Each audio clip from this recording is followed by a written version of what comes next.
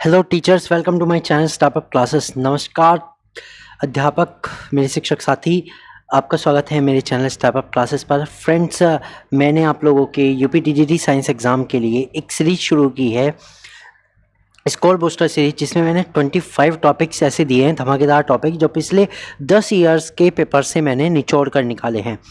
तो फ्रेंड्स, उन टॉपिक से लगभग हर एग्ज़ाम में क्वेश्चन आया हुआ है, ठीक है। और 25 टॉपिक्स के बाद मुझे लगा कि और भी टॉपिक्स मुझे मिल रहे हैं, तो मैंने एक नई सीरीज शुरू की है जो कि आएंगे 30 टॉपिक्स की, ठीक है। तो 25 प्लस 30 टोटल मिला के 55 टॉपिक ऐसे निकाले हैं जो आपके एग्जाम के लिए स्कोर बूस्टर साबित होंगे, आपके एग्जाम के स्कोर को बिल्कुल बूस्ट कर देंगे। तो फ्रेंड्स, इसी सीरीज में हमारे जो 11 टॉपिक हैं ऑलरेडी मैं यूट्यूब चैनल पर अपलोड कर चुका हूं, और ये टॉपिक नंबर 12 है, जो कि है टॉपिक ट्रांसफॉर्मर। तो ट्रांसफॉर्मर से भी हमारे एग्जाम में क्वेश्चन आते हैं, और हर एग्जाम में एटलीस्ट 1 या 2 क्वेश्चन इस एग से आए हैं। अगर मैं पिछली बात करूं, पिछले 3 साल की क्वेश्चन पेपर्स की, मतलब 2022 का पेपर हुआ है, 2021 का जो पेपर हुआ है, 2019 का जो पेपर हुआ है, 2016 का जो पेपर हुआ है, उसमें ट्रांसफॉर्मर से 2-2 क्वेश्चन है। उससे पहले 1 से 2 क्वेश्चन तो है ही, सब में है, 1 क्वेश्चन तो मिनिमम सब में है। तो फ्रेंड्स, इस तरह से ये जो टॉपिक होता है ये बहुत इंपॉर्टेंट हो जाता है। देखिए, 8 नंबर कम नहीं होते, हमारे 4 नंबर का एक क्वेश्चन होता है, 8 नंबर कम नहीं होते, बूंद बूंद से गढ़ा बढ़ता है। और जो क्वेश्चन डेफिनेटली आना ही आना है, जिस पैटर्न का क्वेश्चन आ रहा है, उस पैटर्न के क्वेश्चन को अगर हम कंफर्म कर ले तो हमारे बहुत ही अच्छी चीज़ें क्लियर हो जाती हैं, ठीक है। और हमें एक कॉन्फिडेंस मिलता है कि चलो हमारा इतना तो क्लियर हो ही गया, ये टॉपिक तो हमारा क्लियर हो गया। तो फ्रेंड्स, शुरू करने वाले हैं topic number 12, that is transformer. तो ट्रांसफॉर्मर आपने देखा होगा, जो होता है वो इस टाइप का होता है, ये तो आपको पता ही होगा, इसी टाइप का ट्रांसफॉर्मर लगा रहता है। और जो इसका इंटरनल स्ट्रक्चर है, वो जो ये मैंने दिखाया हुआ, ये बाद में मैं इसे अब एक्सप्लेन भी पूरा करूंगा। तो इस टॉपिक में भी हम वही करेंगे, सबसे पहले तो एक्सप्लेनेशन देखेंगे पूरे टॉपिक की, उसके बाद हम उसके प्रैक्टिस क्वेश्चन करके टॉपिक को बिल्कुल बूस्ट कर लेंगे, मजबूत कर लेंगे। तो सबसे पहले हम बात करते हैं what is a transformer. Transformer है क्या, क्या काम है इसका, मेनली इसका क्या काम है वो हम देखते हैं। So simply it is a device use to power transmission of electrical energy. ये कह रहे हैं इलेक्ट्रिकल एनर्जी के जो पावर ट्रांसमिशन है उसके लिए काम आता है। यानी कहीं ना कहीं ये क्या कर रहा है, पावर को या तो घटा रहा है या बढ़ा रहा है, या पावर में कुछ ना कुछ चेंज कर रहा है, बस इतना सा इसका काम है। So it is commonly use to increase और decrease the supply voltage without a change in the frequency of AC. अब ये क्या कर रहा है, ये वोल्टेज को इंक्रीज कर सकता है या फिर डिक्रीज भी कर सकता है। यानी कि इंक्रीज मतलब बढ़ा भी सकता है, घटा भी सकता है, without change in frequency, without change in frequency, बिना फ्रीक्वेंसी में चेंज किए। देखो, फ्रीक्वेंसी का मतलब क्या होता है, जो हमारे यहाँ घरों में एसी वोल्टेज आती है, ठीक है, उसकी जो फ्रीक्वेंसी होती है 50 to 60 हर्ट्ज होती है। तो ये कह रहा है एसी में कोई फ्रीक्वेंसी में चेंज नहीं हो रहा। ध्यान देना, एसी की सिर्फ फ्रीक्वेंसी में चेंज नहीं हो रहा। लेकिन हम यहाँ पे अगर करंट की बात करें तो करंट में तो चेंज हो रहा है, वोल्टेज में भी चेंज होगा, करंट में भी चेंज होगा, लेकिन टोटल पावर जो इनपुट की रहेगी वो आउटपुट के इक्वल रहेगी। इतनी बात क्लियर है, ठीक है। अब बात करते हैं कि देखो, कोई भी हमारे पास अगर इलेक्ट्रिकल डिवाइस है, वो किसी ना किसी कंसेप्ट पे वर्क करता है, किसी ना किसी थ्योरी पे वर्क करता है, किसी ना किसी एक तरह कहे तो किसी ना किसी प्रिंसिपल पे वर्क करता है। तो ये किस प्रिंसिपल पे वर्क करता है वो बात करते हैं। So transformer works on the principle of Faraday's electromagnetic induction and the mutual induction. तो ये 2 लॉ पे वर्क कर रहा है। हम कह सकते हैं Faraday's law of electromagnetic induction, Faraday का जो इलेक्ट्रोमैग्नेटिक इंडक्शन का लॉ है उस पर वर्क करता है, और फेराडे का जो म्यूचुअल इंडक्शन का है उस पर वर्क करता है। अब ये दोनों लॉ है क्या, देखो मैं ऊपर अभी इस डायग्राम को बिना छेड़े आपको एक सिंपल वर्ड में समझाता हूँ। देखो, होता क्या है, जब भी हम कोई एक कॉइल बनाते हैं, कॉइल मतलब जैसे कि आपने पढ़ा होगा सोलेनॉइड। सोलेनॉइड में क्या होता है कि एक गत्ते के ऊपर हम क्या करते हैं, सिलेंड्रिकल बना के गत्ते का, उसके ऊपर वायर लपेट देते हैं, कॉपर वायर। फिर जब उसमें करंट पास होता है, जब उसमें जैसे हमने ऐसे वायर लपेट दी और इसको हमने किसी भी वोल्टेज सोर्स से लगा दिया, जैसे कि बैटरी से कनेक्ट कर दिया। अब इसमें क्या होता है, जैसे ही इसमें करंट फ्लो होगा, करंट फ्लो होते ही इसके चारों ओर मैग्नेटिक फील्ड लाइंस बनने लगते हैं, मैग्नेटिक फील्ड एरिया बन जाता है, ठीक है, और मैग्नेटिक फील्ड लाइंस निकलने लगती है। This is called the electromagnetic field, ठीक है। यहाँ क्या होगा, इलेक्ट्रोमैग्नेटिक फील्ड हो जाएगा। अब इंडक्शन क्या है, देखो, अब मान लो इसके पास एक और कॉइल रखी हुई है, चाहे तो इसके ऊपर इस साइड रख दो, चाहे इस साइड रख दो, साइड में ही एक दूसरी कॉइल रखी है, और उस कॉइल में कोई एक बल्ब रखा हुआ है इस तरह से, ठीक है, मतलब कोई बल्ब लगाया हुआ है, कॉइल में सर्किट में जुड़ा हुआ है। तो होगा क्या, क्योंकि इस कॉइल में हमने पहली वाली कॉइल में कॉइल नंबर 1 में हमने करंट पास किया जिसके कारण मैग्नेटिक फील्ड बना, तो इस मैग्नेटिक फील्ड के कारण दूसरी कॉइल में अपने आप करंट इंड्यूस हो जाता है। करंट क्या हो जाता है, इंड्यूस्ड हो जाता है, ठीक है, प्रेरित हो जाता है, करंट बनना शुरू हो जाता है, प्रेरण जिसे हम कहते हैं, ठीक है, वो हो जाता है। तो पहले वाली कॉइल में हमने जो कुछ वोल्टेज दी, ठीक है, करंट दिया, उसके कारण दूसरी कॉइल में अपने आप से करंट जो बन गया, this is called the electromagnetic induction phenomena. इसे हम क्या कहते हैं, इलेक्ट्रोमैग्नेटिक इंडक्शन की फेनोमेना। अब ऐसा हुआ क्यों है, क्योंकि जब एक मैग्नेटिक कॉइल में हमने करंट दिया, ठीक है, उसमें मैग्नेटिक फील्ड क्रिएट हुआ, उस मैग्नेटिक फील्ड के चेंज होने के कारण दूसरी कॉइल में करंट इंड्यूस होता है।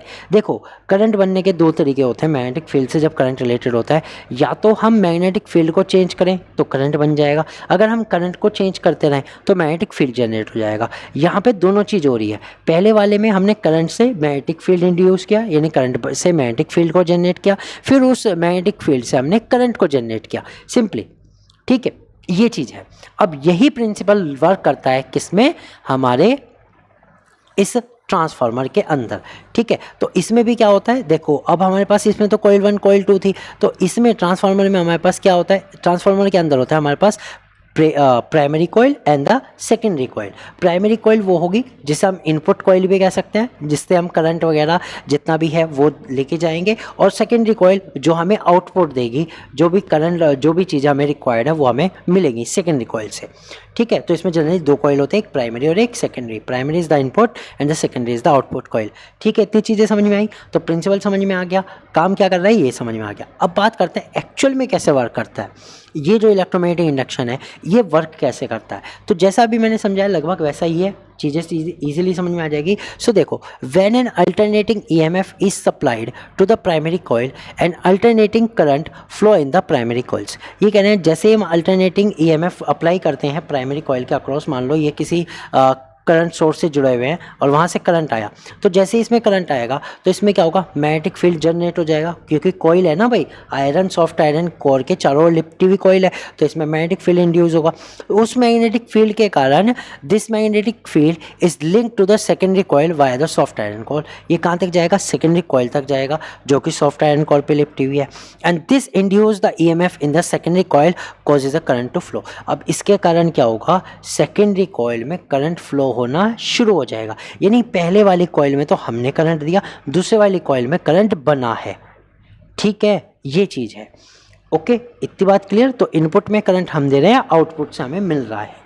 ओके, अब इसमें वोल्टेज कम ज़्यादा भी कर सकते हैं, पहले वाली में ज़्यादा दूसरी वाली में कम भी कर सकते हैं, पहले वाली में कम दूसरी वाली में ज़्यादा भी कर सकते हैं, ठीक है। ट्रांसफार्मर का यही काम होता है, ठीक। अब इसमें सॉफ्ट आयरन कोर क्यों यूज़ की जाती है, ये क्वेश्चन आता है। Because it is a soft magnetic material. जो सॉफ्ट आयरन कोर होती है वो पूरी तरह से मैग्नेटिज्म की नहीं होती, ये एक सॉफ्ट मैग्नेटिक मटेरियल होता है, मतलब मैग्नेटिक प्रॉपर्टी तो होती है लेकिन बहुत ही लिमिटेड, ठीक है। And it can be magnetize and demagnetize easily. हम इसको बहुत जल्दी से चुंबकित भी कर सकते हैं, मैग्नेटाइज भी कर सकते हैं और डीमैग्नेटाइज भी कर सकते हैं। डीमैग्नेटाइज का मतलब होता है कि उसका मैग्नेटिज्म जो है पूरी तरह से ख़त्म भी कर सकता है बहुत जल्दी। सो इस चीज़ को फ़ायदा होता है, ये सॉफ्ट आयरन कोर यूज़ होती है, ठीक है फ्रेंड्स। इतना क्लियर हो गया।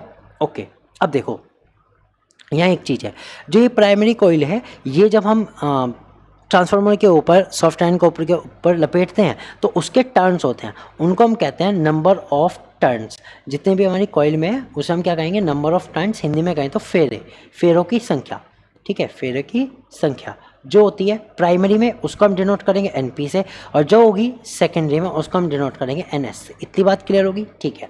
ये प्राइमरी कॉइल के लिए हो गया। और अब अगर हम बात करें वोल्टेज की, जो प्राइमरी वोल्टेज हम देंगे वो VP से डिनोट करेंगे, जो सेकेंडरी में हमें मिलेगी वो VS होगी। जो प्राइमरी में हम करंट देंगे वो IP देंगे, और जो सेकेंडरी में हमें मिलेगा वो IS होगा, ठीक है। ये चीज़ें आप जो सिंबल है वो मैंने आपको पहले बता दिया, ये आप ध्यान रखना, ठीक। अब इसमें दो तरह के ट्रांसफार्मर होते हैं, एक तो आता है स्टेप अप ट्रांसफार्मर, जिसे आप उच्चई ट्रांसफार्मर भी कहते हैं।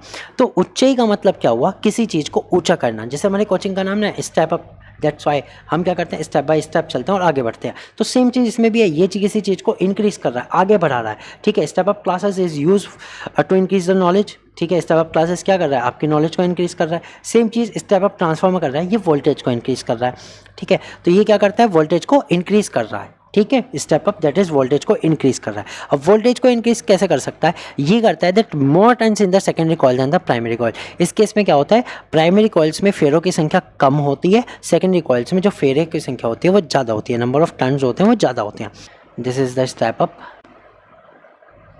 क्या करता है ये, वोल्टेज को इंक्रीज करता है, ये काम है, ठीक। And the number of turns, ठीक है, इनटू द प्राइमरी कॉइल्स जो है वो कम है, सेकेंडरी कॉइल्स में ज़्यादा है। तो हम क्या लिख सकते हैं, दैट एनपी में कम है, एनएस ज़्यादा है, ठीक है। Number of turns in the primary coils is lower than the number of turns into the secondary coils, ठीक। अब इसको हमने क्या लिखा, NP is lower than NS, ठीक है। अब एक और, जब टर्न्स कम है तो टर्न जो होते हैं इसमें जो वोल्टेज होगी वो कम होगी, और सेकेंडरी में हमें पता है वोल्टेज इंक्रीज होती है तो वोल्टेज ज़्यादा होती है। लेकिन हमें पता है ये जो वोल्टेज और करंट होते हैं इन्वर्सली प्रोपोर्शनल होते हैं, इसलिए जो पहले वाले में करंट होगा वो ज़्यादा होगा और दूसरे वाले यानी आउटपुट में हमें जो करंट मिलेगा वो कम मिलेगा, ठीक है। इतनी बात क्लियर। तो ये तीन चीज़ें स्टेप अप के लिए आप याद रखिएगा, आपके एक बहुत काम आएगी, ठीक है। नंबर ऑफ टर्न्स जो होते हैं प्राइमरी में ज़्यादा, सेकेंडरी में प्राइमरी में कम, सेकेंडरी में ज़्यादा। अगर हम वोल्टेज की बात करेंगे सेम चीज़, प्राइमरी में कम, सेकेंडरी में ज़्यादा। लेकिन अगर करंट की बात करेंगे तो प्राइमरी में ज़्यादा रहेगा और सेकेंडरी में कम रहेगा, ठीक है फ्रेंड्स। ये चीज़ होती है। अब बात करते हैं सेकंड टाइप का, which is the step down transformer. Step down देखिए अब चाहिए होता है, स्टेप डाउन मतलब जो चीज़ों को कम करे, जो किसी चीज़ को ऊंचाई से गहराई पर ले आए, थोड़ा सा कम कर दे, ठीक है। So what it does voltage decrease. ये क्या करता है, वोल्टेज को डिक्रीज करता है, वोल्टेज को क्या करता है, डिक्रीज करता है, कम करता है, ठीक। And it has less turns in the secondary coil then the primary. आप देख भी सकते हो इसमें सेकेंडरी कॉइल में कम टर्न्स होते हैं प्राइमरी कॉइल्स के मुकाबले। So NP will be greater then the NS, ठीक है। एक चीज़ हो गई, ठीक। अब जब एनपी ग्रेटर होता है तो वीपी भी ज़्यादा होगा रेदर देन वीएस से, और अगर वीपी ज़्यादा हो गया तो आईपी कम हो जाएगा आईएस से, ठीक। तो ये तीन कंडीशन इसमें बन गई, इन चीज़ों को याद रखिएगा, ठीक है। तो ये क्या होता है, स्टेप डाउन ट्रांसफार्मर, जिसमें हमारे स्टेप डाउन मतलब क्या होता है, सेकेंडरी कॉइल में कम हो जाएंगे, प्राइमरी कॉइल में ज़्यादा नंबर ऑफ टर्न्स। इसी तरह से वोल्टेज होगी प्राइमरी कॉइल की ज़्यादा होगी, सेकेंडरी कॉइल की कम, और अगर करंट की बात करेंगे तो वो उल्टा हो जाएगा, दैट इज़ प्राइमरी में कम, सेकेंडरी में ज़्यादा। ओके फ्रेंड्स, ये होता है। तो अब देखो एक आइडियल ट्रांसफार्मर में क्या चीज़ें वर्क करती हैं। तो आइडियल जो ट्रांसफार्मर होता है उसकी जो इफिशियंसी होती है वो 100% होती है। क्या होती है, बिल्कुल 100%। लेकिन जनरली जो कोई भी ट्रांसफार्मर जो होता है वो आइडियल नहीं होता, ठीक है। उसमें कहीं ना कहीं जो पावर लॉस है वो कहीं ना कहीं होता है। लेकिन अगर हम मान के चलें कि अगर कोई ट्रांसफार्मर ऐसा है जिसकी दक्षता बिल्कुल 100% हो, then the power into the primary coil will be equal to the power in the secondary coils, ठीक है। यानी हम ये भी कह सकते हैं जो इनपुट की पावर है, ठीक है, वो बराबर होती है आउटपुट की पावर के। अब P इज इक्वल क्या होता है, P इज इक्वल होता है V इंटू आई, ये होता है। तो हम ये भी कह सकते हैं जो पावर है प्राइमरी की वो हम लिख सकते हैं VP इंटू IP, और लिख सकते हैं VS इंटू IS, ठीक है। लिख सकते हैं कि नहीं भाई, VP इंटू IP क्या हो गया, प्राइमरी की पावर हो गई, VS इंटू IS जो हमारे सेकेंडरी कॉइल है उसकी पावर हो गई। तो एक और चीज़ है, यहाँ से हमने एक और फॉर्मूला हम यहाँ से क्या निकाल सकते हैं, हम ये भी निकाल सकते हैं that VP upon VS is equal IS upon IP। ये फॉर्मूला हम यहाँ से निकाल सकते हैं, ठीक है। अब इसमें एक चीज़ और आती है, टर्न्स रेशो। टर्न्स रेशो का मतलब क्या होता है, NP अपॉन NS कितना होता है। टर्न्स रेशो क्या होता है, VP अपॉन VS या फिर IS अपॉन IP। अब सबसे ज़्यादा जो न्यूमेरिकल आते हैं वो भी इसी फॉर्मूले से आते हैं फ्रेंड्स। हमें क्या बताना होता है, हमें फेरों की संख्या दी जाती है कि प्राइमरी में इतने, सेकेंडरी में इतने, प्राइमरी में इतना करंट है तो सेकेंडरी में बताओ। तो ये चीज़ें आपको बतानी होती है, ठीक। इसी से न्यूमेरिकल रिलेटेड आते हैं। तो उन सबके जो न्यूमेरिकल्स होते हैं सबसे ज़्यादा इसी फॉर्मूले पे रिलेटेड है, that is called the turns ratio. और भी जो क्वेश्चन होंगे वो हम प्रैक्टिस क्वेश्चन में करेंगे। तो फ्रेंड्स ठीक है, ये हमने समझाया आपको ट्रांसफार्मर क्या होता है, दोनों टाइप का समझा दिया सब कुछ। और अब शुरू करते हैं इसके प्रैक्टिस क्वेश्चंस। अभी जो हमने टॉपिक पढ़े ट्रांसफार्मर से रिलेटेड और ट्रांसफार्मर के बारे में, step up transformer, step down transformer, अब उनके प्रैक्टिस क्वेश्चन करके उनके कंसेप्ट को पक्का करते हैं कि किस टाइप के क्वेश्चन आपके एग्जाम में आते हैं। देखिए जो जनरली जो क्वेश्चन आते हैं वो ट्रांसफार्मर के टर्न्स रेशो पे आते हैं, और उनके अकॉर्डिंग जो voltage, input voltage, output voltage है, उनसे मिलकर के क्वेश्चन बनते हैं। तो जिस टाइप के क्वेश्चन भी एग्जाम में आए हैं तो उन्हीं से प्रैक्टिस क्वेश्चन मैंने बनाए हैं, वो आपके सामने है। अब हम इनकी प्रैक्टिस करेंगे, मैं आपको एक ओवरव्यू दूंगा कि किस तरह के क्वेश्चन आते हैं। ठीक है फ्रेंड्स, ये जस्ट एक प्रैक्टिस क्वेश्चन होगा, एक नमूना होगा कि इस टाइप के क्वेश्चन आते हैं। अगर आपको पूरी प्रैक्टिस शीट चाहिए तो आपको मैंने बताया कि टेलीग्राम ग्रुप को ज्वाइन कर लीजिए। ठीक है, जिसका जो लिंक है वो डिस्क्रिप्शन बॉक्स में है, आप वहाँ से जाओ, टेलीग्राम ग्रुप को ज्वाइन कर लो, वहाँ सब कुछ पड़ा हुआ है, सारा मटेरियल पड़ा हुआ है, प्रैक्टिस क्वेश्चन और भी मिल जाएंगे ताकि आप अच्छे से अपने टॉपिक प्रिपेयर कर सकें। तो फ्रेंड देखते हैं फर्स्ट क्वेश्चन हमारा क्या है। The first question is for an ideal transformer the ratio of the primary voltage to the secondary voltage is equal to. ये कह रहे हैं एक आदर्श ट्रांसफार्मर के लिए प्राथमिक वोल्टेज Vp और द्वितीयक वोल्टेज Vs से अनुपात किसके बराबर होता है। देखो अगर हम बात करें तो इसमें जो जनरली क्वेश्चन आएंगे वो किससे आएंगे, वो आएंगे टर्न्स रेशो से। किससे आएंगे, टर्न्स रेशो से। अब जो ये टर्न्स रेशो है इसी के थ्रू हमें एक फॉर्मूला मिला था, that is Np upon Ns, that is number of turns in the primary coils upon number of turns in the secondary coil is equal to the voltage up into the primary coil upon voltage into the secondary coil and the opposite of current, that is Is upon IP. It means current into the secondary coil upon current into the primary coil, ये है और इसी से ज़्यादातर question बनते हैं। तो ये कह रहे हैं एक आइडियल ट्रांसफार्मर के लिए V अपॉन VS के लिए, ठीक है, अगर हम Vp अपॉन VS का देखें यानी कि इनका अनुपात देखें तो वो किसके बराबर है। तो हमें पता है Vp अपॉन VS किसके बराबर होता है, Np अपॉन Ns के या फिर Is अपॉन IP के, जो दिया है उसके अकॉर्डिंग आंसर होगा। The inverse of the turns ratio that is Ns upon Np, Ns upon Np के होता है, नहीं होता। The square of the Np upon Ns square, ये कह रहे हैं Np अपॉन Ns का स्क्वायर होता है, नहीं होता क्योंकि डायरेक्ट है, कोई भी स्क्वायर में कुछ नहीं है इसमें। द टर्न्स रेशो यानी कि Np अपॉन Ns के होता है, बिल्कुल सही है, और द स्क्वायर रूट के भी नहीं होता। तो इसका आंसर क्या आ गया, इसका आंसर आ गया सी। इसका आंसर क्या आ गया, इसका आंसर आ गया सी। चलते हैं क्वेश्चन नंबर 2 पर। क्वेश्चन नंबर 2 है, in an ideal transformer if the number of turns in the secondary winding is greater then the number of turns into the primary winding then the transformer is. ये कह रहे हैं अगर number of turns secondary winding में ज़्यादा है rather then the number of turns into the primary, तो वो ट्रांसफार्मर किस प्रकार का है। एक आदर्श ट्रांसफार्मर में यदि द्वितीयक वाइंडिंग में घुमावों की संख्या या फेरों की संख्या प्राइमरी वाइंडिंग के घुमावों की संख्या से अधिक है तब जो ट्रांसफार्मर है वो किस टाइप का है। देखो हमारे पास जो ट्रांसफार्मर आए थे उसके कितने टाइप्स थे, हमारे पास ट्रांसफार्मर के 2 टाइप थे। कितने टाइप थे, 2 टाइप थे। एक को हमने कहा था स्टेप अप या फिर उच्चई ट्रांसफार्मर, क्या कहा था, उच्चई ट्रांसफार्मर कहा था। दूसरे को हमने कहा था स्टेप डाउन क्या कर रहा है, स्टेप अप क्या कर रहा है, ठीक है, इसको हमने क्या कहा था, अपचयी ट्रांसफार्मर। ठीक, स्टेप अप क्या करता था, सॉरी ये स्टेप डाउन लिखना है मुझे,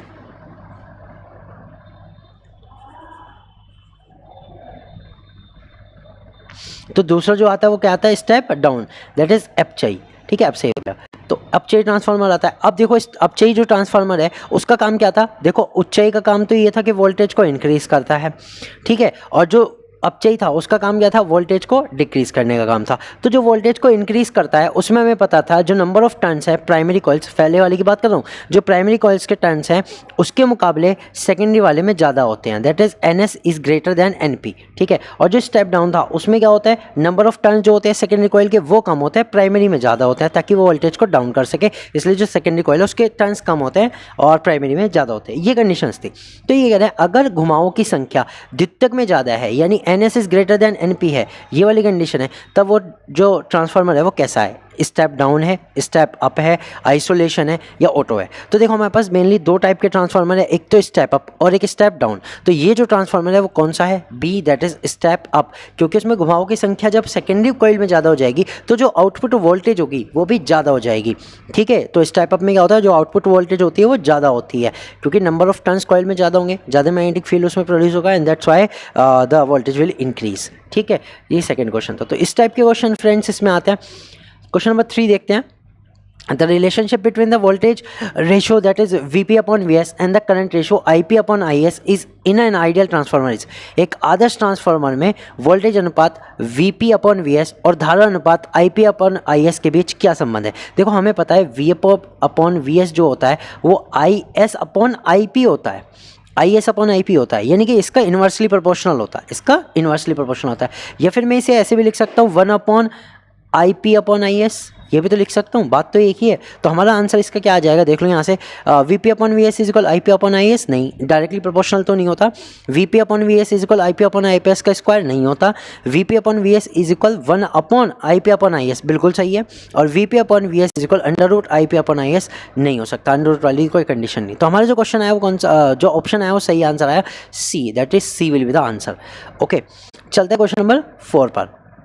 ए transformer has a turn ratio NP upon NS is 4। ये कह रहे हैं NP अपॉन NS का जो ट्रांसफार्मर का रेशो है, घुमाव का जो अनुपात है वो 4 है, ठीक। If the primary voltage is 200 volt, what is the secondary voltage. Secondary voltage को बताओ। अगर प्राइमरी वोल्टेज जो है आपकी कितनी है, 200 वोल्ट है, यानी हमारे पास जो VP है, VP कितना है, 200 वोल्ट है अगर, तो हमें क्या बताना है, VS बताना है कितना होगा।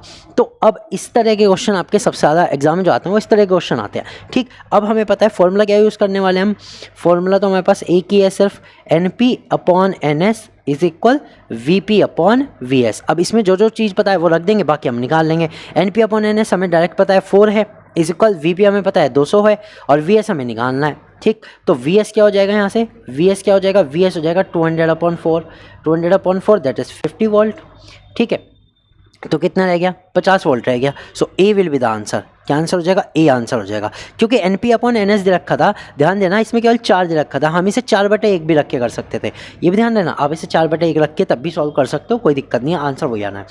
तो आंसर क्या आएगा, 50 वोल्ट। अब ध्यान देना एक बात और, जब भी आपका टर्न्स रेशो, मैं एक शॉर्ट ट्रिक बताता हूँ, जब भी आपका टर्न्स रेशो सिंगल में आएगा, मतलब फ्रैक्शन वाला नहीं आएगा, 1 अपॉन में नहीं आएगा, अगर डायरेक्ट कोई यूनिट आ रही है 1 2 3 4, अगर इस तरह की आ रही है, तो जो वोल्टेज होगी, जो हमारी वोल्टेज होगी प्राइमरी वो ज़्यादा होगी, सेकेंडरी कम होगी। लेकिन अगर इसका अपोजिट है, लाइक इट इज़ 1/4 है या कुछ भी है, टर्न्स रेशो अगर 1/4 इस टाइप का है, तो हमारी जो आउटपुट वोल्टेज होगी वो ज़्यादा होगी और प्राइमरी जो है वो कम होगी। ये चीज़ें आप ध्यान रखना, ठीक है फ्रेंड्स, क्लियर हो गया। तो ये चीज़ आप ध्यान रखना हमेशा। बात करते हैं क्वेश्चन नंबर 5 की।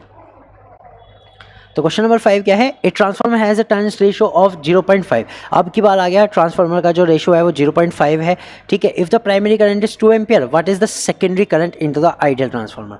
अब की बार ध्यान देना, हमें पता है NP अपॉन NS जो होता है वो VP अपॉन VS के तो इक्वल होता है, लेकिन IS अपॉन IP होता है, यानी करंट के केस में it is inversely proportional, it is inversely proportional. तो हमारा जो यहाँ से हमें केवल फॉर्मूला रखना पड़ेगा, वो रखना पड़ेगा NP upon NS is equal IS upon IP, ये वाला रखना पड़ेगा, ठीक। अब ये कितना है, NP अपॉन NS जो का तो दिया हुआ है 0.5 दिया हुआ, तो 0.5 ही रख देंगे, तो 0.5 इज इक्वल हो जाएगा IS अपॉन IP। अब हमें प्राइमरी करंट दिया हुआ है, IP दिया हुआ है, IP कितना दिया हुआ है 2 एम्पियर, IS हमें कैलकुलेट करना है, तो जो दिया हुआ है उसकी वैल्यू रख लो, आंसर निकाल लो। तो क्या हो जाएगा, 0.5 मल्टीप्लाई IP बराबर IS। तो IS बराबर कितना हो जाएगा, यानी कि करंट इनटू द सेकेंडरी कितना हो जाएगा, 0.5 multiply 2 ampere, that will be 1 ampere. कितना हो जाएगा, सिर्फ 1 एम्पियर का करंट हो जाएगा, ठीक है फ्रेंड्स, क्लियर हुआ। तो वोल्टेज के केस में क्या था, अगर रेशो आपकी ऐसी है 1 अपॉन वाली है या पॉइंट वाली है, तो वोल्टेज तो सेकेंडरी में इंक्रीज होती है और करंट डिक्रीज होता है। सो इसका जो आंसर आया हमारा क्या आया, ए इज़ द आंसर। क्या आंसर आया, A is the answer, 1 ampere. Question number 6 देखते हैं। If a transformer has a voltage of VP upon VS 1/3, it means the transformer is a, ये कह रहे हैं अगर वोल्टेज का रेशो VS अपॉन VP 1/3 है, ठीक है, 1/3 है, तो इसका मतलब ट्रांसफार्मर कैसा है आपको ये बताना है। अब अगर देखो VP अपॉन VS का रेशो 1/3 है, तो same ratio NP upon NS का भी होगा, क्योंकि दोनों बराबर होते हैं, NP अपॉन NS का भी होगा। और जब NP अपॉन NS का रेशो होगा, तो मैं यहाँ ये देख सकता हूँ कि जो मेरी NS आएगी वो 3 ऑफ NP आएगी, 3 ऑफ NP आएगी, यानी कि जो हमारा नंबर ऑफ टर्न्स है सेकेंडरी में वो प्राइमरी के 3 गुना है, प्राइमरी का 3 गुना है, समझ रहे हैं बात, ठीक है। नंबर ऑफ टर्न जो है प्राइमरी का 3 गुना है सेकेंडरी में, 3 गुना है। तो सेकेंडरी में अगर 3 गुना टर्न्स है, that will be, I can say that NS is greater then NP, NS जो है ग्रेटर है NP से, ठीक है। तो इसका आंसर क्या हो जाएगा बताओ, इसका आंसर हो जाएगा step up transformer, that will be a step up transformer, ये स्टेप अप ट्रांसफार्मर हो जाएगा। मैंने अभी चीज़ बताई थी ना कि अगर 1/3 में है तो सेकेंडरी में हमेशा हमारा जो टर्न्स होगा वो ज़्यादा आएगा, वोल्टेज ज़्यादा आएगा, ठीक है, ये सब चीज़ ज़्यादा आएगी, और जब ये ज़्यादा आ रही है तो स्टेप अप ट्रांसफार्मर ही होना है वो, ठीक है फ्रेंड्स, क्लियर हुआ। तो क्वेश्चन नंबर 6 था हमारा, 6 का आंसर होता है ए। क्वेश्चन नंबर 7 देखते हैं। A transformer is use to step down the voltage from 240 to 120। ये कह रहे हैं 240 से ड्रॉप करके 120 वोल्टेज तक चली गई। If the current in the primary if the primary current or current into the primary circuit is 5 ampere, what is the current into the secondary coil, हम ऐसे भी इसे पढ़ सकते हैं। ठीक है, तो ये कह रहे हैं हमारी जो वोल्टेज थी 240 से 220 की गई, यानी IP जो है VP जो है हमारा वो कितना है 240 वोल्ट है, और जो VS है यानी सेकेंडरी जो वोल्टेज है वो कितनी है 120 वोल्ट है। भले ही ड्रॉप की हो या नहीं की हो, उसने बताया ना बताया, हमें तो पता लग गया कि इतने से इतनी गई है, तो ड्रॉप ही हुई है, कमी हुई है। ओके, अब हमें बताना है कि प्राइमरी जो करंट है वो कितना है 5 एम्पियर है, और हमें बताना है सेकेंडरी करंट कितना हो जाएगा। ठीक, ध्यान देना एक बात और, इस क्वेश्चन को अप्रोच करने का एक दूसरा तरीका भी है। देखो, अगर वोल्टेज ड्रॉप होती है, अगर वोल्टेज कम होती है, वोल्टेज वो कम करता है तो करंट बढ़ेगा, करंट इंक्रीज होगा। ठीक है, अगर वोल्टेज डिक्रीज होती है तो करंट इंक्रीज होगा, because they are inversely proportional to each other. ठीक है, ये चीज़ ध्यान रखना। तो हम इसे निकाल सकते हैं VP अपॉन VS बराबर IS अपॉन IP से, यही हमारे पास फॉर्मूला है, इसी से हमें निकालना है। तो VP कितना है 240, VS कितना है 120, और IS कितना है, IS हमारा IS है, और IP कितना है 5 एम्पियर। ठीक, तो IS जल्दी से हम निकाल सकते हैं। तो IS यानी कि करंट इनटू द सेकेंडरी कितना हो जाएगा, सेकेंडरी हो जाएगा 240 मल्टीप्लाई 5 एम्पियर बटे 120, that is IS will be 10 ampere. IS कितना आ जाएगा 10 ampere, C will be the answer. यही चीज़ मैंने आपको बताई भी थी कि अगर वोल्टेज ड्रॉप हो रही है तो करंट जो है वो इंक्रीज़ होगा, करंट क्या होगा इंक्रीज़ होगा। ठीक, इस चीज़ को एक तरीके से और समझते हैं। देखो, एक छोटा सा डायग्रामेटिकली मैं आपको यहाँ पर समझाता हूँ, यहाँ पर बना लेता हूँ, छोटा सा डायग्राम समझिएगा ये क्यों काम कर रहा है, ऐसा काम क्यों होता है कि अगर वोल्टेज ड्रॉप हो रही है तो करंट इंक्रीज हो जाएगा ट्रांसफार्मर, ऐसा क्यों, ध्यान देना। अगर हम बात करें एक ट्रांसफार्मर की, एक सिंपल ट्रांसफार्मर आता है, मैं ये नहीं बताऊंगा स्टेप डाउन है स्टेप अप है, मैं केवल कंसेप्ट समझाऊंगा। ठीक है, ये हमारा ट्रांसफार्मर है, इसके ऊपर कॉइल बना देता हूँ किसी और कलर से। चलो भाई, बढ़िया सा पेन आ जाओ। ओके, ये हमारी कॉइल है। ठीक है, मैं इस कॉइल को क्या कहूँगा, इस कॉइल को मैं कहूँगा that is primary coil, NP number of turns into the primary. ठीक है, एक और कॉइल बनानी है हमें, दूसरी साइड बनानी है, that will be mine secondary coil. ये मेरी कौन सी कॉइल है, सेकेंडरी कॉइल। ठीक है, वो वाली प्राइमरी, ये वाली सेकेंडरी। अब ध्यान से सुनना, अब चीज़ें ध्यान से सुनना। बात हो रही है कि वोल्टेज और करंट में ऐसा इन्वर्सली प्रोपोर्शनल क्यों होता है। देखो, हम ये एक बात इसमें ध्यान रखेंगे हमेशा कि जो इनपुट पावर होगी, इनपुट जो पावर होगी, ठीक है, वो हमेशा आउटपुट पावर के इक्वल होगी, उसमें कोई लॉस नहीं होता। अगर आइडियल ट्रांसफार्मर है तो पावर में कोई लॉस नहीं होगा। ये बात मैंने कल भी बताई थी, that is power input will be equal to power output, ये ध्यान रखना। अब पावर का फॉर्मूला जो होता है वो क्या होता है, V। ठीक है, तो हम इसे ऐसे भी लिख सकते हैं, voltage into the primary multiply by current into the primary बराबर equal voltage into the secondary into current into the secondary. ठीक है, यानी कि जितना भी ये सब कुछ है उतना ही ये इसके इक्वल होगा। ठीक है, यानी कि जो पहले वाली कंडीशन की टोटल पावर है वो आउटपुट वाली कंडीशन की टोटल पावर के इक्वल रहेगी। अब ध्यान दो, अब इसमें क्या होगा, अगर मान लो मैं VP को मान लेता हूँ कि 100 है, और IS को मान लेता हूँ, IP को मान लेता हूँ कि 2 एम्पियर है या 5 एम्पियर है, चलो मान ले 5 एम्पियर है। ठीक है, 5 है, और मेरी जो वोल्टेज है सेकेंडरी में वो ड्रॉप नहीं हुई, इंक्रीज हो गई, तो मेरा IS क्या आएगा मुझे बताओ खुद, क्योंकि वो पावर इक्वल है। तो जितना यहाँ पे पावर होगा, पावर क्या होगा VP into IP, that is 500। Power कितनी है 500 वाट है पूरी। ठीक है, तो वो 500 वाट VS इंटू IS के इक्वल होगी, that will be 200 into IS के इक्वल होगी। तो IS मेरा क्या आएगा बताओ, 500 अपॉन 200 ही तो आएगा, 500 अपॉन 200 ही तो आएगा। ठीक है, समझ गए, क्लियर हुआ। तो अगर वोल्टेज ड्रॉप होती है, डिक्रीज होती है, तो करंट इंक्रीज होता है। अगर वोल्टेज इंक्रीज होती है तो करंट ड्रॉप हो जाएगा। ये कितना रह जाएगा, सिर्फ कितना रह जाएगा 2.5 रह जाएगा। ठीक, तो ये आंसर हो गया हमारा, 2.5 हो गया। अब आपको खुद दिख गया होगा, वोल्टेज तो बढ़ी, करंट घटा।